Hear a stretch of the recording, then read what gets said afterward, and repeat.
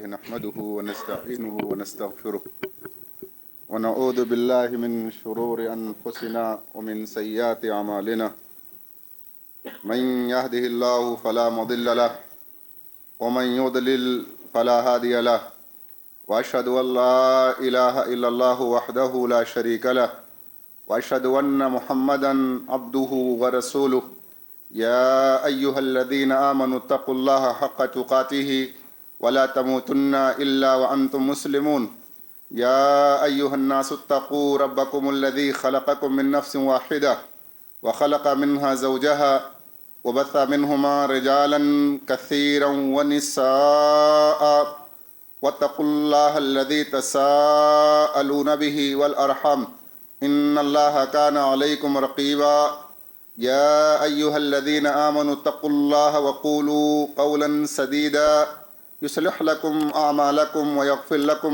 ذنوبكم ومن يطع الله ورسوله فقد فاز فوزا عظيما أما بعد فإن أصدق الحديث كتاب الله وأحسن الهدي هدي محمد صلى الله عليه وسلم وشر الأمور محدثاتها وكل محدثة بدعة وكل بدعة ضلالة وكل ضلالة في النار أعوذ بالله من الشيطان الرجيم بسم الله الرحمن الرحيم إن الله يأمركم أن تؤدوا الأمانات إلى أهلها وقال الإمام مسلم رحمه الله تعالى حدثنا قتيبة بن سعيد وعلي بن حجر قال حدثنا إسماعيل وابن جعفر عن العلاء عن أبيه عن أبي هريرة أن رسول الله صلى الله عليه وسلم قال أتدرون ما المفلس قالوا إن المفلس من أمتي من يأتي يوم القيامة بصلاة والصيام والزكاة ويأتي قد شتم هذا وقذف هذا وأكل مال هذا وسفك دم هذا وضرب هذا فيؤتى هذا من حسناته وهذا من حسناته فإن فنيت حسناته قبل أن يقدم عليه أخذ من خطاياهم فطرحت عليه ثم طرح في النار۔ محترم حضرات، میں ثناء اللہ سلفی خادم جامعہ سراج العلوم کنڈو بوڑھیار ضلع بلرام پور یوپی۔ آج جمعہ کا دن ہے اور رمضان المبارک 1445 ہجری کی یہ 11 تاریخ ہے۔ انگریزوں کا جو کیلنڈر ہے اس کے حساب سے یہ مارچ 2024 کی 22 تاریخ ہے۔ خطبہ جمعہ میں ایک حدیث میں نے صحیح مسلم کی کتاب البر والصلہ کے حوالے سے پیش کی ہے، اس کی روشنی میں کچھ باتیں کہنا چاہتا ہوں۔ اللہ سبحانہ و تعالیٰ سے دعا ہے کہ مجھے کہنے اور ہم تمام کو اس کے مطابق عمل کرنے کی توفیق عطا فرمائے۔ اللہ سبحانہ و تعالیٰ نے اپنے بندوں کے لیے عبادات اور معاملات دونوں چیزیں جو ان کے لیے مناسب اور اچھی تھیں جائز قرار دی ہیں۔ جو چیزیں اللہ سبحانہ و تعالیٰ کی رضا، اس کی ناراضگی اور اللہ سبحانہ و تعالیٰ کے غضب سے متعلق تھیں ان کو بھی اللہ نے بیان کر دیا ہے، اور سماج اور معاشرے کو اللہ سبحانہ و تعالیٰ نے ایک لڑی میں، ایک نظام میں مربوط کر دیا ہے تاکہ چھوٹا بڑے کے ساتھ، بڑا چھوٹے کے ساتھ، عالم بے علم کے ساتھ، مالدار فقیر کے ساتھ کسی بھی طرح سے زیادتی نہ کر سکے، اور اگر کوئی زیادتی کرنا چاہے تو اس کے لیے گائیڈ لائن رسول گرامی علیہ الصلاۃ والسلام نے بیان فرما دی ہے۔ پہلے وہ گائیڈ لائن سن لیتے ہیں۔ صحیح مسلم کے حوالے سے کتاب البر والصلہ کی وہ روایت ہے۔ امام مسلم رحمہ اللہ فرماتے ہیں حدثنا محمد بن عبداللہ بن نمیر قال حدثنا ابی قال حدثنا زکریا عن الشعبی عن النعمان بن بشیر قال قال رسول اللہ صلی اللہ علیہ وسلم مثل المؤمنین فی توادہم وتراحمهم وتعاطفهم مثل الجسد اذ اشتكى منه عضو تداعى له سائر الجسد بالسهر والحمى۔ صحیح مسلم کی روایت ہے، یہ کتاب البر والصلہ کی۔ اللہ کے رسول ایک ضابطہ بتا رہے ہیں ایمان والوں کی مثال کس سلسلے میں؟ ایک دوسرے کے ساتھ محبت کرنے میں، ایک دوسرے کے ساتھ شفقت سے پیش آنے میں، ایک دوسرے کے ساتھ رحمت سے پیش آنے میں، ایک دوسرے کے ساتھ عقیدت اور محبت سے پیش آنے میں بالکل ایک جسم کی طرح ہے۔ جب جسم کا ایک حصہ تکلیف میں مبتلا ہوتا ہے تو پورا جسم خواب میں, بیداری میں, بخار میں گویا کی شریک ہو جاتا ہے. ایسے لگتا ہے کہ سر میں اگر تکلیف ہے تو پیر اس تکلیف کو محسوس کرتا ہے, ہاتھ میں تکلیف ہے, کلیجے میں تکلیف ہے, جسم کے کسی بھی ٹکڑے میں اگر تکلیف ہے, رنج ہے, پریشانی ہے, تو پورا جسم اس تکلیف کو محسوس کرتا ہے. ایسا نہیں ہوگا کہ آپ کا سر دکھے تو آپ کے دوسرے جسم کے حصے کو تکلیف محسوس نہ ہو. یہ ضابطہ ہے جو رسول گرامی علیہ الصلوۃ والسلام نے دیا. مزید ایک بات اس میں آپ نے اور کہی, تھوڑا اور سمجھایا آپ نے. صحیح بخاری کی روایت ہے, نبی پاک علیہ الصلوۃ والسلام کے حوالے سے امام بخاری نے روایت کی, کہتے ہیں ہم کو بیان کیا, حدثنا محمد بن علائی قال حدثنا ابو اسامہ عن برید عن ابی بردۃ عن ابی موسیٰ عن النبی صلی اللہ علیہ وسلم قال المؤمن للمؤمن کالبنیان یشد بعضہ بعضا. مومن دوسرے مومن کے لیے عمارت کی طرح ہے, اس دیوار کی طریقے سے ہے. اس کی اینٹیں آپ نے جب بنائی ہوں گی تو یہ اینٹیں الگ تھیں, اس میں آپ نے گارا لگایا ہوگا, اینٹیں رکھی ہوگی, اب یہ اینٹیں مضبوط ہیں, اس پر بلڈنگیں آپ نے کھڑی کر رکھی ہیں, کئی در اور کئی منزل آپ نے کھڑا کر رکھا ہے. ایک مومن کا بھی معاملہ یہی ہے کہ ایک مومن دوسرے مومن کے لیے اس دیوار کی طرح ہے, جس کا ایک حصہ دوسرے حصے کو جو ہے وہ طاقت دیتا ہے, مضبوط کرتا ہے. اور اسی مضبوطی کا نتیجہ تھا کہ اللہ سبحانہ و تعالیٰ نے رسول گرامی علیہ الصلوۃ والسلام کے ساتھیوں کو جب اس نظام کے تحت لا کر کے پختہ کیا تو وہ طاقت میں کم تھے, مالداری میں کم تھے, لیکن اس کے باوجود, کم ہونے کے باوجود, ان کی دینی, ان کی علمی, ان کی اخلاقی, ان کی اجتماعی عظمت کا سکہ چلا کرتا تھا. آپ یاد کریں بدر کا وہ واقعہ جب نبی پاک علیہ الصلوۃ والسلام کے صحابہ نے اس قافلے کو پکڑنا چاہا جو قافلہ شام سے سامان تجارت لے کر کے آ رہا تھا. جب وہ قافلہ بچ کے نکل گیا تو ابو جہل کو خبر ملی کہ جو تم بچانے کے لیے آ رہے تھے وہ قافلہ تو بچ کے نکل گیا. اس نے کہا نہیں, ہم مکہ واپس نہیں جائیں گے. کہاں جائیں گے؟ کہا بدر میں قیام کریں گے, ہماری جو رقاصائیں ہیں وہ رقص کریں گے, ہم وہاں کھائیں پیئیں گے, ہمارے روب اور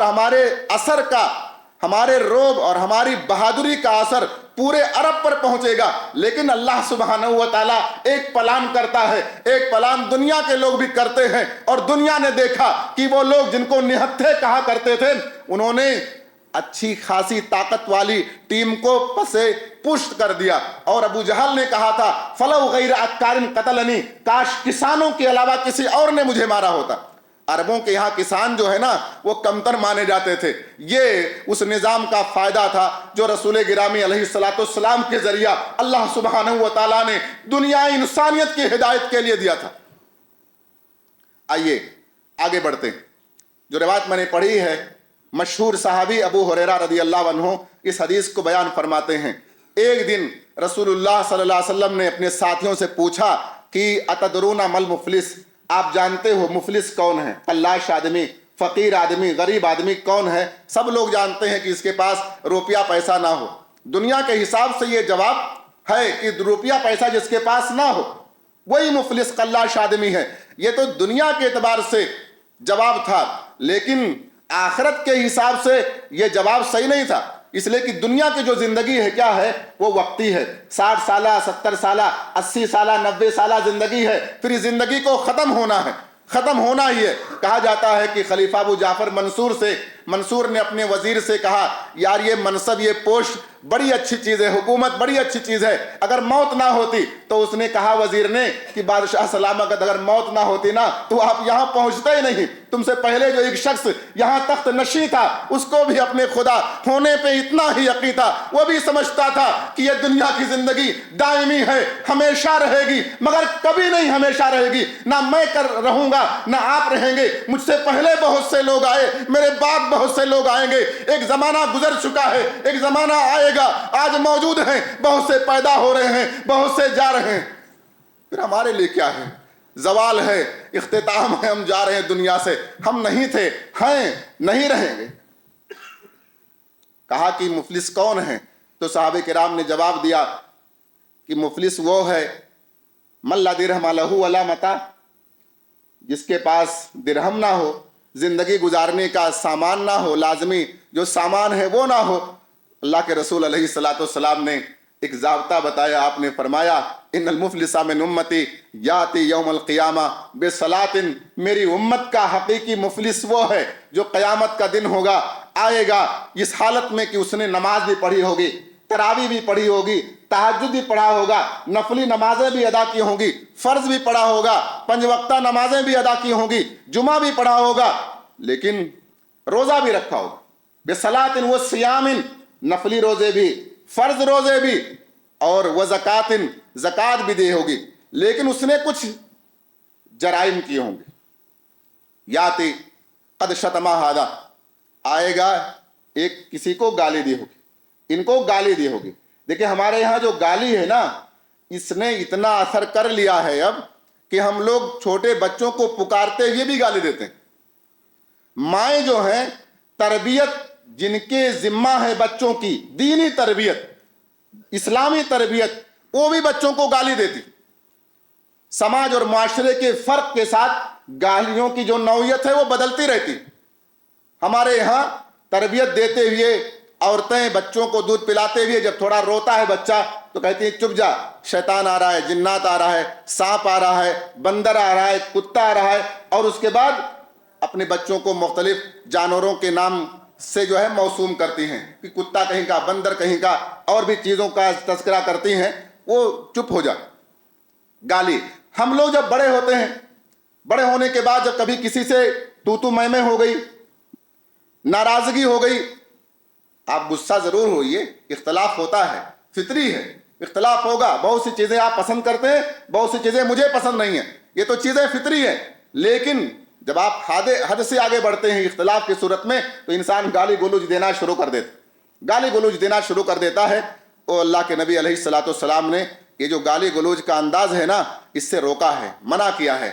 قبل اس کے کہ آگے بڑھیں، صحیح بخاری کی ایک روایت پڑھتا ہوں۔ امام بخاری رحمہ اللہ فرماتے ہیں حدثنا عمر بن حفص قال حدثني ابي قال حدثنا الاعمش قال حدثنا شقيق قال قال عبد الله قال النبي صلی اللہ علیہ وسلم سباب المسلم فسوق وقتاله كفر، کہ مسلمان کو گالی دینا نا یہ فسق و فجور کی نشانی ہے، اور مسلمان سے لڑنا یہ کیا ہے؟ یہ کفر ہے، کفر ہے۔ ایک دم لاسٹ اسٹیپ پر آپ نے بات ذکر کی کہ جو مسلمان ہوتا ہے وہ لڑتا نہیں ہے، قتال نہیں کرتا، اس کو مارنے کی چکر میں نہیں رہتا، یہ روک دیا، منع کر دیا کہ گالی گلوچ دینا، برا بھلا کہنا یہ فسق و فجور کی نشانی، کوئی بھی ہو، کسے باشد آئے گا گالی دی ہوگی۔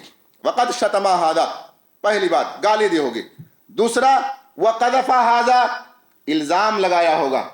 قذف کہتے ہیں اصل میں زنا کے الزام کو، بہتان تراشی کی ہوگی اس نے۔ اب ایک مصیبت اور بھی ہے، یہ ہمارے یہاں سماج میں زبان رکتی نہیں ہے، کسی کی بیٹی پر، کسی کی ماں پہ آپ دوسرے پہ الزام لگا رہے ہو تو یاد رکھنا کہ وہ چیز آپ پر بھی لوٹ کے آئے گی، آپ پہ بھی لوٹ کے آئے گی۔ آئیے ایک دوسری روایت اسی کی تشریح میں، صحیح بخاری کی روایت ہے۔ امام بخاری رحمہ اللہ فرماتے ہیں حدثنا عبد العزیز بن عبد اللہ قال حدثني سلیمان بن بلال عن ثور بن زید المدنی عن ابی الغیث عن ابی ہریرہ عن النبی صلی اللہ علیہ وسلم قال اجتنبوا السبع الموبقات، اللہ کے نبی فرماتے ہیں 7 ہلاک کرنے والی چیزوں سے بچو، 7 ہلاک کرنے والی چیزیں۔ قالوا یا رسول اللہ وما ہن، اللہ کے رسول وہ 7 ہلاک کرنے والی چیزیں کیا ہیں؟ آپ نے فرمایا الشرک باللہ، اللہ کے ساتھ دوسرے کو شریک کرنا۔ مالک تو رب ہے نا، پیدا کرنے والا وہی ہے۔ سب سے بڑا جرم ہے دنیا کا جو انسان شعوری طور پر یا لا شعوری طور پر انجام دیتا ہے کہ پیدا کرنے والی ذات کے ساتھ دوسروں کو شریک کرتا ہے۔ اللہ فرماتا ہے من یشرک باللہ فکأنما خر من السماء فتخطفه الطیر او تهوی به الريح في مکان صحیح، ومن یشرک باللہ، جس نے اللہ کے ساتھ شرک کیا فکأنما خر من السماء، تو اس کی حالت یہ کہ گویا کہ وہ آسمان سے گر پڑا ہو، آسمان سے تو گرا دیا، فتخطفه الطیر، پرندے اس کو او تهوی به الريح في مکان صحیح، دور دراز کے علاقے میں ہوا اس کو لے جا کر کے گرا دے، یہ حالت ہو چکی۔ ان اللہ لا یغفر ان یشرک بہ، اللہ معاف نہیں کرتا شرک کو کہ اس کے ساتھ کسی کو ساجی شریک پارٹنر بنایا جائے۔ والسحر، اور جادو، یہ بہت سارے دعا دارو والے لوگ بھی یہ کام کرنا شروع کرتے ہیں، کہتے کہ شوہر کی بیوی سے جمتی نہیں ہے، ساس کو قابو کرنے کا طریقہ اختیار کر رہے، آپ اپنے محبت سے عورتیں، بہویں، بیٹیاں اپنی محبت سے، اپنے انداز سے، اپنے اخلاق سے گھر والوں کا دل جیتیں، چاہے جائے کہ یہ جو ناجائز طریقے ان کو اختیار کیا جائے۔ وقتل النفس التی حرم اللہ الا بالحق، اور جان کو، انسان کو قتل کرنا، کوئی بھی ہو، اللہ فرماتا ہے جگہ من قتل نفسا بغیر نفس او فساد فی الارض فکانما قتل الناس جميعا، جس نے ایک جان کو بلا سبب بلا وجہ قتل کیا گویا اس نے پوری انسانیت کو قتل کر دیا۔ ایک اور جگہ اللہ فرماتا ہے وَإِذَا تَوَلَّى فِي الْأَرْضِ، کہ جب وہ لوٹتا ہے نا، وَإِذَا تَوَلَّى، واپس جاتا ہے، کیا کرنا، مقصد کیا ہوتا ہے، لِيُفْسِدَ، فساد پھیلائے، وَيَهْلِكَ الْحَرْثَ وَالنَّسْلَ، کھیتیوں کو، نسلوں کو برباد کرے، وَاللَّهُ لَا يُحِبُّ الْفَسَاد، اللہ سبحانہ و تعالیٰ فساد پسند نہیں کرتا، اللہ تو امن اور شانتی کہتا ہے۔ کیا کہتا ہے، فَأَيُّ الْفَرِيقَيْنِ أَحَقُّ بِالْأَمْنِ مِنْكُمْ الَّذِينَ آمَنُوا وَلَمْ يَلْبِسُوا إِيمَانَهُمْ بِظُلْمٍ أُولَئِكَ لَهُمُ الْأَمْنُ وَهُمْ مُهْتَدُونَ، جو ایمان لائے، ایمان کے ساتھ شرک کو ملایا نہیں، امن انہی کے لیے ہیں، انہی کے لیے امن ہے، اور ہدایت یاب لوگ وہی ہیں۔ ایک روایت کا مختصر حصہ بیان کرنا چاہتا ہوں۔ ایک صحابی آتے ہیں، اللہ کے نبی علیہ الصلوۃ والسلام سے کہتے ہیں، اللہ کے رسول آپ مکہ والے ہمارے ساتھ زیادتی کر رہے ہیں، آپ دعا نہیں کریں گے؟ اللہ کے نبی ٹیک لگائے ہوئے تھے، بیٹھ گئے اور کہا کہ تم سے پہلے جو انبیاء آئے نا، جو لوگ آئے نا، ان کے ماننے والوں نے کیا کیا، آری سے ان کے جسم کے 2 ٹکڑے کر دیے، لوہے کی کنگھیوں سے ان کے گوشت کو ان کی ہڈیوں سے الگ کر دیا، کہا قسم ہے اس ذات کی جس کے ہاتھ میں میری جان ہے، اللہ اس دین کو پورا کرے گا، یہاں تک کہ ایک سوار حضرموت سے صنعاء تک اکیلے سفر کرے گا، اس کو اللہ کے علاوہ کسی کا ڈر نہیں ہوگا، وَلَكِنَّكُمْ تَسْتَعْجِلُونَ، کہ تم جلدی مچا رہے ہو۔ دوسری روایت میں عدی بن حاتم کے حوالے سے ہے، جب اللہ کے نبی نے بتایا کہ یہاں سے یہاں تک جاؤ گے سکون کے ساتھ، اطمینان کے ساتھ، کہتے ہیں میرے دل میں یہ بات تھی کہ قبیلے اسلم اور غفار کے جو ڈاکو ہیں وہ کہاں جائیں گے، وہ سب دامن اسلام میں آئے، وہ جو عزتوں کے کھلواڑ کرنے والے تھے، عزتوں کے محافظ بن گئے، وہ جو مالوں کے لٹیرے تھے مالوں کے نگراں بن گئے، وہ جو جانوں کو قتل کرنے والے تھے وہ جانوں کے محافظ اور پاسبان بن گئے۔ اس نے دیا تھا یہ جذبہ، وہ جذبہ اسی رب نے دیا تھا، اور رسول گرامی علیہ الصلوۃ والسلام جیسا مربی اور رہنما۔ واکل الربا، سود کا کھانا اس وقت زیادتی ہو رہی ہے، طریقے اختیار کیے جا رہے ہیں۔ واکل المال یتیم، یتیموں کا مال کھانا، اور میدان جہاد سے جب اسلامی حکومت، اسلامی سلطنت حکم دے دے تو میدان جہاد سے، کارزار سے پیچھے نہیں ہٹنا۔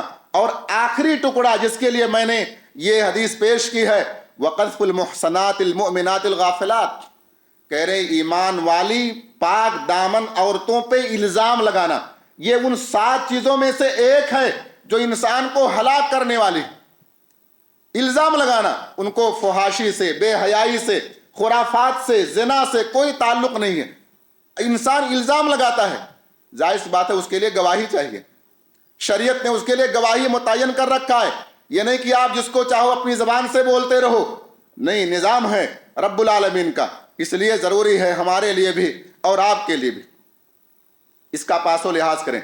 پہلی بات ہوگی نیکیاں کیا ہوگا، لیکن آئے گا تو گالی دی ہوگی، کسی کو، کسی پر الزام لگایا ہوگا، فحاشی کا، زنا کا الزام لگایا ہوگا۔ تیسرا کیا ہے، وَأَكَلَ مَالَ هَذَا، ان کا مال کھایا ہوگا، مال کھایا ہوگا۔ ان میں سے چند شکلیں بتاتا چلوں۔ ایک شکل تو یہ ہے جو وراثت میں حصہ نہیں دیتے، باپ کے مرنے کے بعد عورتوں کو، بیٹیوں کو ابا کے مال سے حصہ نہیں دیتے۔ بہت سارے لوگ تو ایگریمنٹ کر لیتے کہ بہن ابا کے جانے کے بعد تم ہمارے مال سے مطالبہ نہیں کرو گی کہ ہم کو وراثت میں دیا جائے۔ آپ یہ چھوٹی سی جگہ، چھوٹے سے مقدار کا مال، 2-4-10 بیگھہ، 2-4-10 فلیٹ، 2-4-10 کمپنیاں آپ یہاں دے نہیں رہے ہو، قیامت کا دن ہوگا پھر کیا ہوگا؟ کتنے لوگ ہیں۔ ایک مرتبہ ایک بادشاہ نے ایک عالم سے پوچھا کہ تھوڑا مجھے نصیحت کرو، تو کہا کہ جو میں نے دیکھا ہے یا جو چیز گزر چکی ہے، کہا کہ نہیں، تم نے جو دیکھا ہے وہ بتاؤ۔ انہوں نے کہا کہ خلیفہ عمر بن عبدالعزیز کی وفات ہوئی، وہ کوئی 18 دینار چھوڑ کے مرے، 18 دینار چھوڑ کے مرے، 5 دینار کفن اور دفن اور اس سے متعلقات میں پورا ہو گیا، باقی جو بچا وہ ان کے بیٹوں میں، بیٹیوں میں اسلامی نظام کے تحت تقسیم ہو گیا۔ کہا میں نے فلاں بادشاہ کو دیکھا، جب اس کا انتقال ہوا تو اس کے بچوں کو 10 لاکھ دینار ملے تھے، 10 لاکھ دینار سونے کے سکے۔ کافر کا میں نے دیکھا عمر بن عبدالعزیز کے بیٹوں کو اللہ کے راستے میں ایک دن میں 200 250 گھوڑے صدقہ کر رہے تھے، اور جن کو 10 لاکھ دینار ملا تھا نا، وہ لوگوں کے سامنے ہاتھ پھیلا رہے تھے۔ وہ تو دینے والا ہے، کبھی اوپر لاتا ہے کبھی نیچے لاتا ہے۔ یہ مال اور یہ دولت یہ کیا ہے؟ یہ جوانی کیا ہے؟ اس کا جائز استعمال ہو۔ یہ مفہوم نہیں ہے کہ مال کی حیثیت نہیں ہے، مال کی ضرورت ہے، مال کی اہمیت ہے، اس لیے کہ صحابہ کرام میں بڑے بڑے مالدار تھے، ابو بکر، عمر، عثمان، طلحہ، زبیر، انصار میں سعد بن عبادہ، سعد بن معاذ اور دیگر صحابہ مالدار تھے۔ مال ہے، اللہ کے نبی فرماتے ہیں نعم المال الصالح لرجل الصالح، کرے اچھا مال نیک آدمی کے لیے کتنا بہترین تعاون اور مدد کا ذریعہ ہے، بہترین ضرورت ہے، لیکن جائز استعمال ہوگا تو نقصان دہ۔ اس لیے ضرورت ہے کہ آپ لوگوں کا حق دیجئے۔ وَأَكَلَ مَالَ هَذَا وَسَفَكَ دَمَ هَذَا، کسی کا خون بہایا ہوگا، لوگ کہتے ہیں میں اس کو روک رہا ہوں، یہ باز نہیں آ رہا ہے، روک رہا ہوں۔ اللہ فرماتا ہے وَمَن يَقْتُلْ مُؤْمِنًا مُتَعَمِّدًا فَجَزَاؤُهُ جَهَنَّمُ، جس نے کسی مومن کو جان بوجھ کر کے قتل کیا نا تو اس کا ٹھکانہ جہنم ہے۔ ایک مرتبہ اللہ کے نبی علیہ الصلوۃ والسلام خانہ کعبہ کے پاس تھے، اور اپنے خانہ کعبہ کو متوجہ ہو کر کے اس کی طرف کہا یہ کعبہ تو بہت پاکیزہ ہے، تو بہت محترم ہے، بہت مقدس ہے، مگر ایک مسلم آدمی کا خون تیری عظمت اور تیری برتری سے بڑھ کر کے، ایک مسلمان کا خون، نسائی کی روایت ہے کتاب الدم کی۔ یہ چیزیں سماج اور معاشرے میں بہت ہوتی ہیں، خصوصی طور پر سیاسی طور پر بھی آتی ہیں کہ میں اس کو سمجھا رہا ہوں تو یہ کام کر، وہ نہیں کرتا۔ کبھی کبھار بھائی کا قاتل بن جاتا، بیٹا باپ کا قاتل بن جاتا۔ 2-3 سال ہو گیا، ایک باپ ہمارے یو پی کے ایک ایریا سے، نام نہیں لوں گا، حج کے لیے جانا تھا، صبح فلائٹ تھی، لکھنؤ سے ان کو پکڑنا تھا، رات میں سگے بیٹے نے اپنے باپ کو مار دیا۔ صرف وراثت کا مسئلہ تھا، مال دولت کا مسئلہ تھا، مار دیا۔ وَسَفَكَ دَمَ هَذَا، اگر ان کا خون بہایا ہوگا، وَضَرَبَ هَذَا، ان کو مارا ہوگا، تربیت کے لیے نہیں، بلا وجہ پریشان کرنا، ٹارچر کرنا، یہ جرائم اس نے انجام دیے ہوں گے۔ یاتی وقد شتم هذا وقذف هذا وَأَكَلَ مَالَ هذا وَسَفَكَ دَمَ هذا وَضَرَبَ هذا، یہ 5 چیزیں، گالی دی ہوگی، بہتان تراشی کی ہوگی، ناحق مال کھایا ہوگا، خون بہایا ہوگا، مارا ہوگا، پھر اللہ سبحانہ و تعالیٰ کیا کریں گے؟ اس کو کیا نظام نافذ کریں گے؟ اللہ کے نبی فرماتے ہیں فَيُؤْتَى هَذَا مِنْ حَسَنَاتِهِ وَهَذَا مِنْ حَسَنَاتِهِ، یہ جتنے مظلوم ہوں گے نا، اس ظالم کی نیکیاں اللہ سبحانہ و تعالیٰ ٹرانسفر کرنا شروع کر دیں گے، دینا شروع کر دیں گے، ان کو نیکی دیں گے۔ یہ جو مظلومین ہیں کل قیامت کے دن کھڑے ہو جائیں گے، اور وہاں حال تو یہ ہوگا کہ آپ چھپا نہیں پائیں گے، کوئی بات چھپا نہیں سکتے، یہ نہیں کہہ سکتے میں نے اس وجہ سے کیا تھا۔ اللہ اگر کرنا بھی چاہیں گے تو کیا ہوگا؟ اللہ فرماتا ہے اليوم نختم على افواہہم وتکلمنا ایدیہم وتشہد ارجلہم، آج ہم ان کے منہ پر مہر لگا دیں گے، ان کے ہاتھ ہم سے بات کریں گے، ان کے پیر گواہی دیں گے، جو کچھ وہ دنیا میں کیا کرتے تھے وہ نہیں چھپا پائیں گے، نہ میں اور نہ آپ، کوئی بھی انسان نہیں۔ اللہ کے نبی آگے فرماتے فَإِنْ فَنِيَتْ حَسَنَاتُهُ قَبْلَ يُقْضَى مَا عَلَيْهِ، کہہ رہے اگر ظالم کے اوپر جو مظلوموں کے حقوق عائد ہو رہے تھے ان کو پورا کرنے سے پہلے، ان کی ادائیگی سے پہلے ظالم کی نیکیاں ختم ہو گئیں تو کیا کرے گا اللہ سبحانہ و تعالیٰ؟ پھر مظلوموں کا گناہ اٹھا کر کے اس ظالم پر ڈالے گا۔ اخذ من خطاياهم فطرحت عليه ثم طرح في النار، پھر کیا ہوگا؟ اس کے گناہوں کو، مظلوموں کے گناہوں کو اللہ سبحانہ و تعالیٰ اٹھا کر کے اسی ظالم پر ڈالے گا، اور اس کو گھسیٹ کر کے پھر اللہ سبحانہ و تعالیٰ جہنم میں ڈال دے گا۔ پھر وہ جب تک اس کی مشیت ہوگی، اس کی منشا ہوگی، وہ چاہے گا، وہ جہنم میں اس کو سزا ملتی رہے گی۔